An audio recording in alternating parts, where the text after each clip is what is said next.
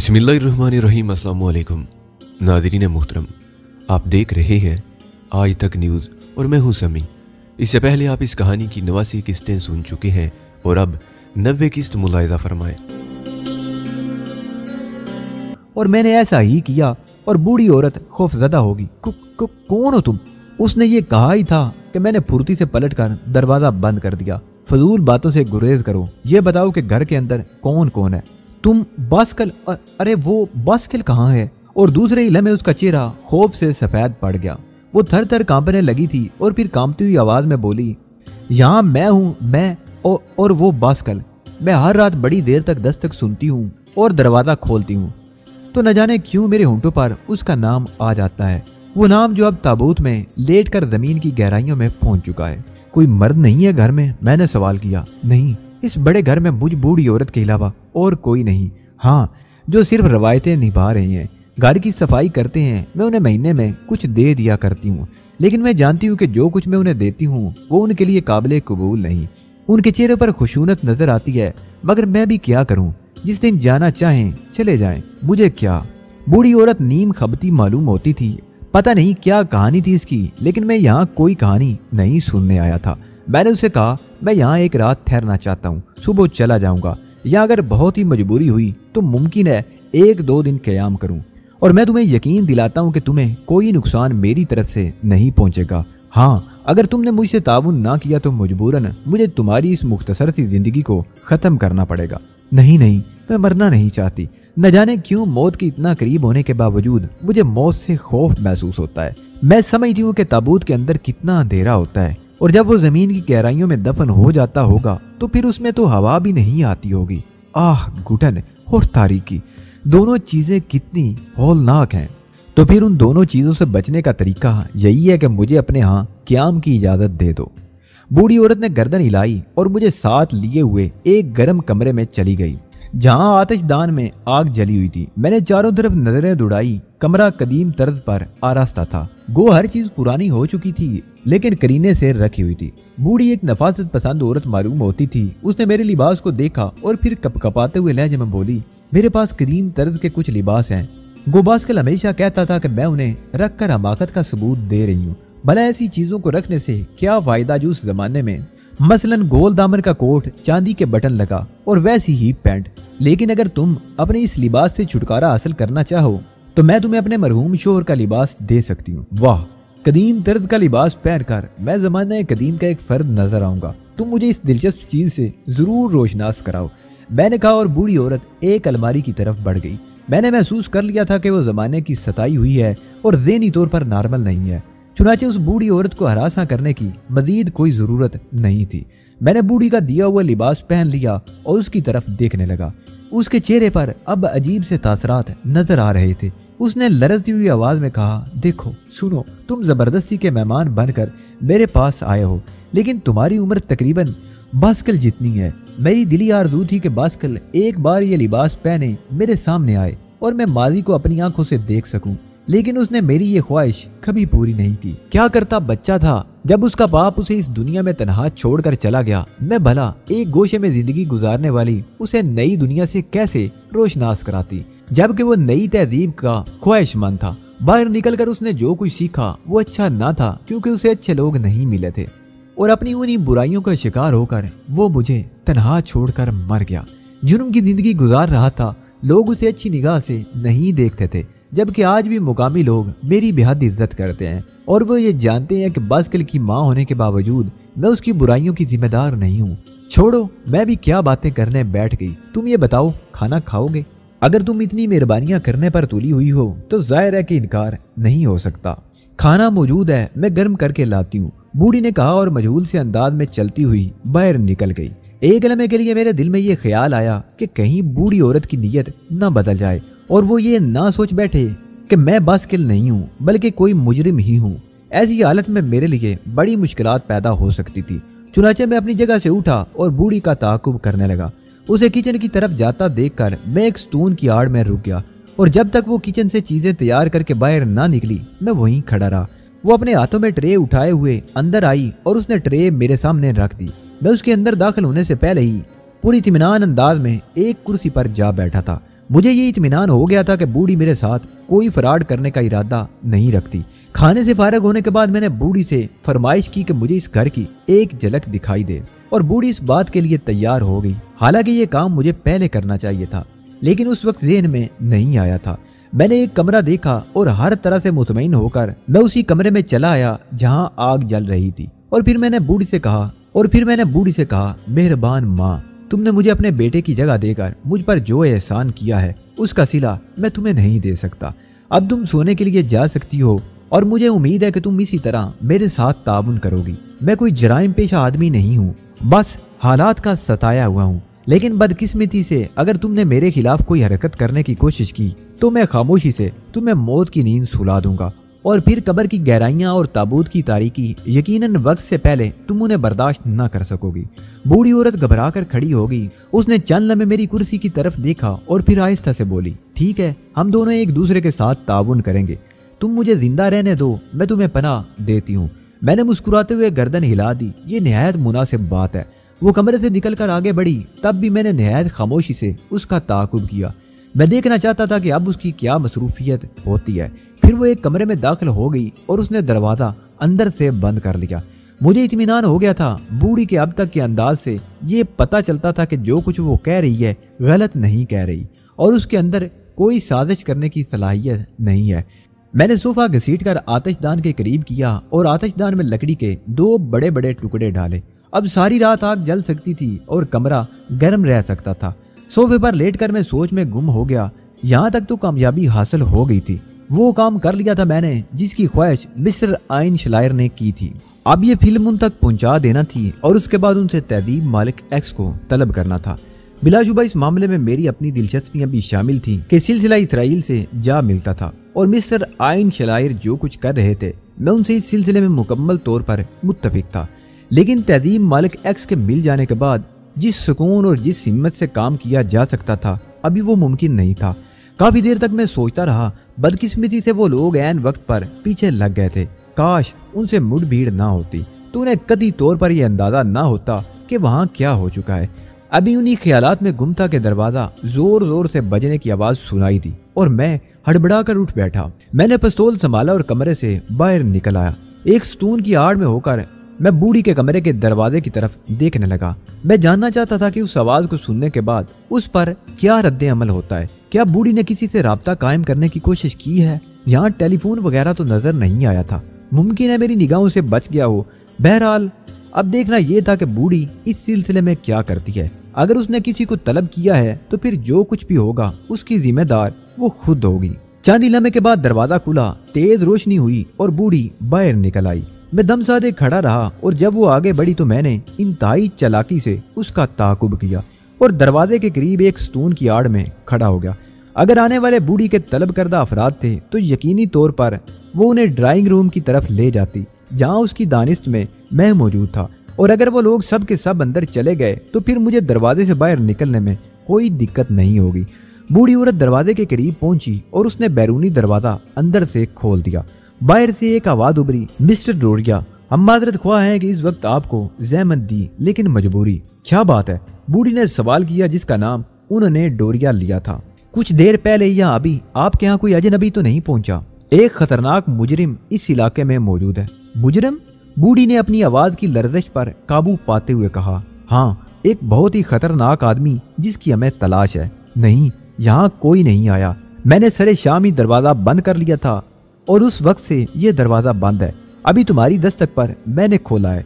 रात को सोने से पहले मैं अच्छी तरह घर का जायजा लेती हूँ। कोई अंदर नहीं छुपा हुआ। तुम इस बात से मुतमईन रहो। यकीनन जो कुछ आप कह रही हैं वो बिल्कुल दुरुस्त होगा। बराए करम जरा एहतियात रखिएगा, और अगर कोई ऐसा शख्स रात के किसी हिस्से में यहाँ पहुँचने की कोशिश करे तो आप पहले उससे ये मालूम कर लीजिएगा कि वो कौन है। और सुनिए, यहाँ से कुछ फासले पर आपको यकीनन हमारी चौकी के बारे में मालूमात हासिल होंगी। अगर कोई शक गुजरे आपको तो किसी न किसी तरह हमें इतला जरूर दे दीजिएगा। जरूर, बूढ़ी ने कहा और दरवाजा बंद कर दिया। वो वापस पलट ही रही थी कि मैं सदून की आड़ से निकलकर उसके सामने आ गया। बूढ़ी का मुंह एक लम्हे के लिए खुला। उसने दोनों हाथ सीने पर रख लिए थे। शुक्रिया मोहतरम खातून, आपने मेरी मदद करके मुझ पर जो एहसान किया है, काश मैं उसका सिला आपको दे सकता। बूढ़ी औरत ने कुछ कहने के लिए मुंह खोला, लेकिन मसलतन खामोश हो गई। मैंने बूढ़ी की खामोशी से फायदा उठाते हुए कहा, शायद आला सुबह मैं तुम्हारा ये घर छोड़ दूं, बस इतनी सी परेशानी और उठा लो मेरे लिए। बूढ़ी खामोश ही रही थी, उसने मेरी बात का कोई जवाब नहीं दिया और मैं अपने कमरे में चला गया। बूढ़ी ने जो गुफ्तगू मुझे तलाश करने वालों से की थी वो चूंकि मेरे सामने नहीं की गई थी और ना ही उसे ये अंदाजा था कि मैं उसकी बातें सुन रहा हूँ। उससे मैंने ये नतीजा अखज किया कि बूढ़ी मुझे नुकसान पहुंचाना नहीं चाहती। इस ख्याल से मैं किसी कदर मुतमईन हो गया था। मसला यहाँ से निकलने का था और इसके लिए एक पूरा प्रोग्राम मेरे जहन में था, बशर्तिया कि मुझे इसके मौके मिल जाएं। सुबह होने में थोड़ी देर बाकी रह गई थी। मेरा ख्याल था कि बूढ़ी अपने कमरे में आराम की नींद सो रही होगी, लेकिन जब मैं मुंह हाथ वगैरह धोकर बाहर निकला तो इमारत के किचन में हल्की हल्की खटर पटर सुनाई दे रही थी। मैं उन आवाजों की सिमत का अंदाजा करता हुआ किचन तक पहुंच गया। यहाँ से काफी की खुशबू उठ रही थी। इसका मतलब है कि बूढ़ी औरत सुबह जाग जाने की आदी है, या फिर यह मुमकिन है कि मेरी तरह वो भी रात को सो ना सकी हो। घर में एक खतरनाक मुजरिम छुपा हुआ हो तो फिर नींद का क्या सवाल है। उसने मुझे किचन के दरवाजे में देखा तो किसी हैरत का इजहार न किया और मेरी तरफ देखकर बोली, मैं जानती हूँ कि तुम भी सारी रात सो नहीं सके होगे। इन हालात में मेहरबान खातून, सोने का सवाल ही पैदा नहीं होता। यहाँ से कहाँ जाना चाहते हो? मारूली। गालिबन ये इलाका यहाँ से शमाल में है। हाँ, लेकिन जाने के लिए क्या रास्ता इख्तियार करोगे? क्योंकि तुम्हारी तलाश हो रही है, उसके लिए परेशान हूँ। मैं उसका इंतजाम कर दूं? वो कैसे?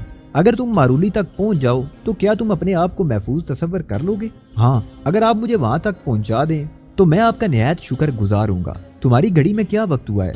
7 बजने में 10 मिनट बाकी हैं। ठीक है, 7:30 बजे वो आएगा और मैं तुम्हें उसके हवाले कर दूंगी। कौन? मैंने ताज्जुब से पूछा। मैकल मलीन नाम है उसका। खबती सा आदमी है और मुझसे बेपनाह मोहब्बत करता है। यूं समझो दूर के रिश्तेदार से मेरा भाई है। आला सुबह शहर जाता है और जरूरियात की अशिया ले आता है। यहाँ से वो अंडों के टोकरे ले जाता है। उसका बहुत बड़ा पोल्ट्री फार्म है। क्या वो मुझे खामोशी से अपने साथ ले जाना पसंद करेगा? क्यों नहीं, जब मैं उससे कह दूंगी तो वो क्यों ना मानेगा। बूढ़ी ने कहा, यहीं बैठ जाओ, वो सामने स्टूल पड़ा है, उसे खिसका लो और नाश्ता कर लो। मेहरबान खातून, एक बार फिर मैं ये कहूँगा कि मैंने आपको जो तकलीफ दी उसके इवज आपने मेरे साथ बेहतरीन सलूक किया है और इस सलूक का सिला मैं आपको नहीं दे सकता, क्योंकि कुछ अर्से के बाद मैं यहाँ से दूर चला जाऊंगा, लेकिन मेरे दिल में आपकी याद हमेशा जिंदा रहेगी। बूढ़ी की आंखों में ममता की झलकियां नजर आईं और फिर उसने खामोशी से गर्दन झुकाकर टोस्ट गर्म करना शुरू कर दिए। हम दोनों ने एक साथ नाश्ता किया। नाश्ते के दौरान उसकी आंखों से 2-3 बार आंसू छल गए थे। मैं जानता था कि उसने एक नाम लिया था, बास्कल, जो उसका बेटा था, और जिस औरत के दिल में ममता जिंदा हो उससे किसी गद्दारी की तवक्को रखना हमाकत थी। कम अज कम इन एहसासात को मैं नजरअंदाज नहीं कर सकता था। ठीक 7:30 बजे इतला की घंटी बजी और बूढ़ी ने आहिस्ता से कहा, वो आ गया है, आओ मेरे साथ ही आ जाओ। मैं उसके साथ चलता हुआ बाहर निकल आया। बूढ़ी ने मुझे एक सिमत खड़े होने के लिए कहा और दरवाजा खोल दिया। मैं नहीं देख सका कि बाहर कौन है, अलबत्ता एक गड़गड़ाती हुई सी आवाज सुनाई दी। हेलो, क्या प्रोग्राम है? क्या फैसला किया? कुछ नहीं, तुम मारूली जा रहे हो? हाँ, तुम्हें किसी खास चीज की जरूरत तो नहीं है? नहीं, सब कुछ तो लाकर दे देते हो, फिर कहते हो कि मुझे किसी चीज की जरूरत है कि नहीं। ठीक है, और हाँ, तुमने कहा था कि शहद खत्म हो रहा है, अगर तुम कहो तो हाँ, थोड़ा सा शहद जरूर लेते आना, मैं तुम्हें उसकी कीमत अदा कर दूंगी। ठीक है, अच्छा मैं चलता हूँ। नहीं, एक और काम करना है तुम्हें मेरा। बूढ़ी की आवाज उभरी। क्या? दूसरी आवाज ने कहा।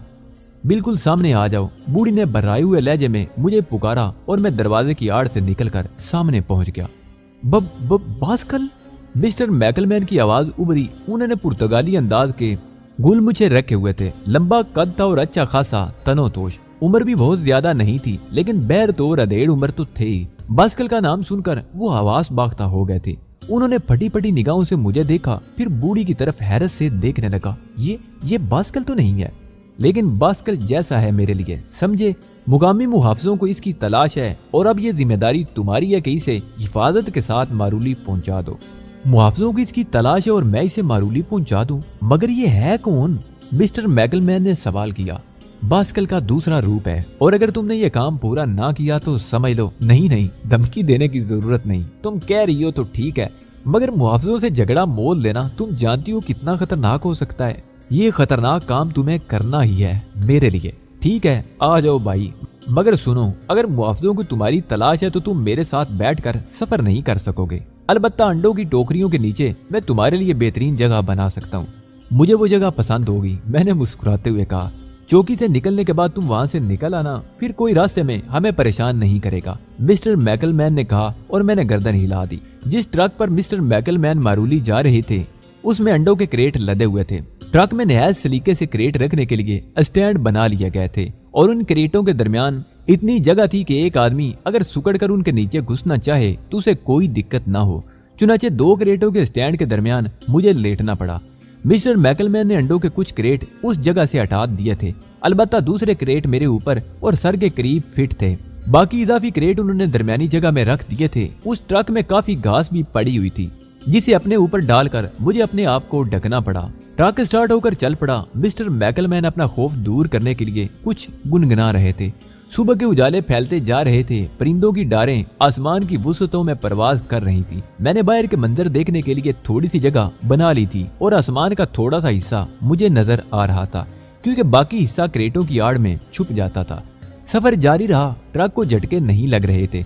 मिस्टर मैकलमैन यकीनन रास्ते के हर पीछो खम से खूब वाकिफ थे और बड़ी महारत से ट्रक को हमवार रास्ते पर लिए जा रहे थे। क्योंकि अंडों का मसला था, चौकी के करीब थोड़ी देर के लिए ट्रक रुका। किसी से कुछ गुफ्तगू हुई। मुझे अंदाजा नहीं हो सका कि गुफ्तगू की नोयत क्या है, मगर किसी ने कुछ देखने की कोशिश नहीं की थी। चंद लम्हे के बाद ट्रक आगे बढ़ गया। मैं जानता था कि मिस्टर मैकलमैन चूंकि रोजाना इन रास्तों से गुजरते हैं इसलिए कोई उन पर शुबा नहीं कर सकता था, लेकिन उनसे मेरे बारे में पूछा जरूर गया होगा।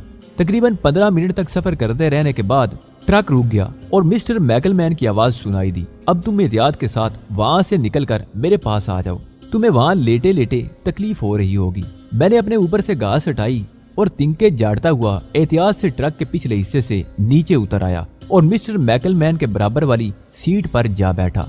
आगे मुआवजों का कोई वजूद नहीं होता। अरे हाँ, ये तुम्हारी गर्दन में कुछ तिनके अटके हुए हैं, इन्हें बाहर फेंक दो, उन्होंने ट्रक को गियर में डालकर आगे बढ़ाते हुए कहा।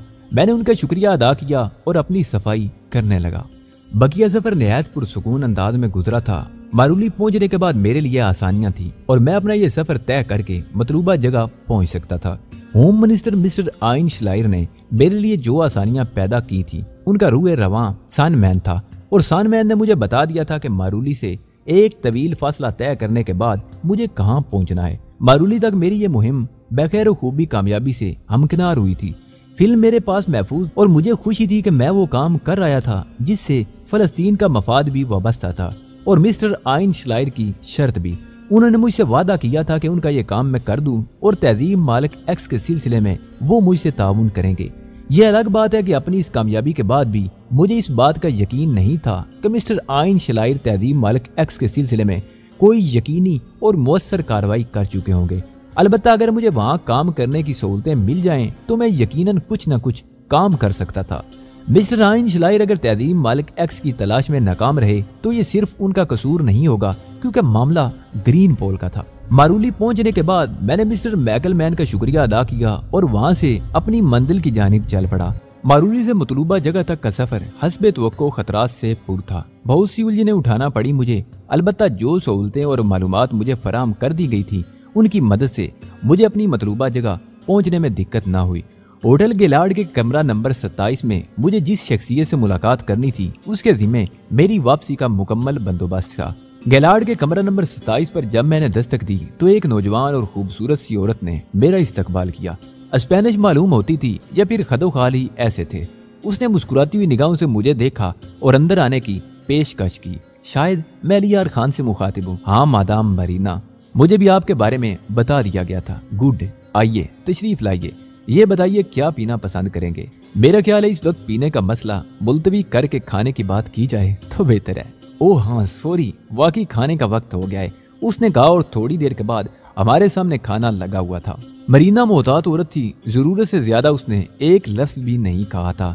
खाने से फारिग होने के बाद हमने काफी पी। काफी खत्म करके मरीना अपनी जगह से उठी और कुछ कागजात लाकर मेरे सामने रख दिए। अब हमें सिर्फ इस तैयारे का इंतजार करना है जो आपको यहाँ से लेकर रवाना हो जाएगा और उसके लिए मैंने अभी तक एयरपोर्ट से राब्ता कायम नहीं किया। जाहिर है मुझे इल्म नहीं था कि आपकी वापसी कब तक होगी। क्या आप भी मेरे साथ ही चलेंगी मिस मैरीना? मैंने सवाल किया। मिसिस कोलन करोजे, उसने मेरी गलती की तस्दीक करते हुए कहा। मैंने मुस्कुराकर गर्दन खम कर दी। मुझे उससे क्या दिलचस्पी हो सकती थी कि वो शादीशुदा है या गैर शादीशुदा। मैरिनिया करोजे की मदद से बकिया मामलात तय हुए और मैं एक त्यारे से वापस चल पड़ा। पूरा प्रोग्राम मेरे सामने था। अपनी मंजिल पर पहुंचकर मैं उस होटल में मुकीम हो गया जिसके बारे में मुझे बताया गया था। होटल पहुंचने के बाद मैंने एक भरपूर नींद लेकर थकन दूर करने का फैसला किया और बिस्तर में घुस गया। बाकी सारे काम उसके बाद।